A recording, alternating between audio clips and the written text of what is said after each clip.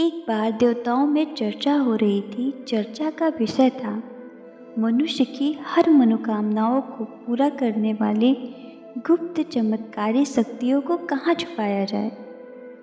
सभी देवताओं में इस पर बहुत वाद विवाद हुआ। एक देवता ने अपना मत रखा और कहा कि इसे हम जंगल की गुफा में रख देते हैं। दूसरे देवता ने उसे टोकते हुए कहा, नहीं नहीं, हम इसे पर्वत की चोटी पर छिपा देंगे।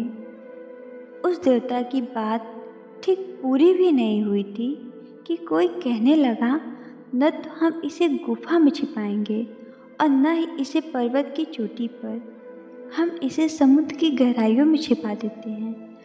यही स्थान है, इसके लिए सबसे उपयुक्त रहेगा। सबकी राय खत्म हो जाने के बाद एक बुद्धिमान देवता ने कहा, क्यों ना हम मानव की चमत्कारिक शक्तियों को मानव मन की गहराई में छिपा दें, क्योंकि बचपन से ही उसका मन इधर उधर दौड़ता रहता है। मनुष्य कभी कल्पना भी नहीं कर सकता कि ऐसी अद्भुत और विलक्षण शक्तियाँ उसके भीतर छिपी हो सकती हैं और वह उन्हें बाह्य जगत में खोजता रहेगा। अतः इस बहुमूल्य शक्तियों को हम उसके मन की निचली तह में छिपा देंगे। बाकी सभी देवता भी इस प्रस्ताव पर सहमत हो गए और ऐसा ही किया। मनुष्य के भीतर की चमत्कारी शक्तियों का भंडार छुपा दिया गया। इसलिए कहा जाता है, मानव मन में अद्भुत शक्तियाँ निहित हैं। दोस्तों, इस कहानी का सार यह है कि मानव मन असीम ऊर्जा का कोष है। इंसान जो भी चाहे वो हासिल कर सकता है।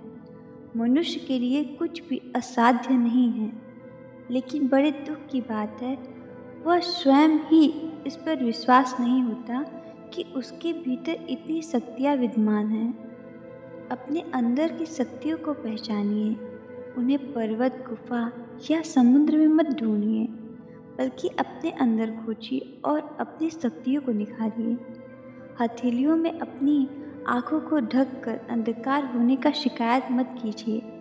आंखें खोलिए, अपने भीतर झांकिए और अपनी अपार शक्तियों का प्रयोग कर अपने हर सपने को पूरा करें।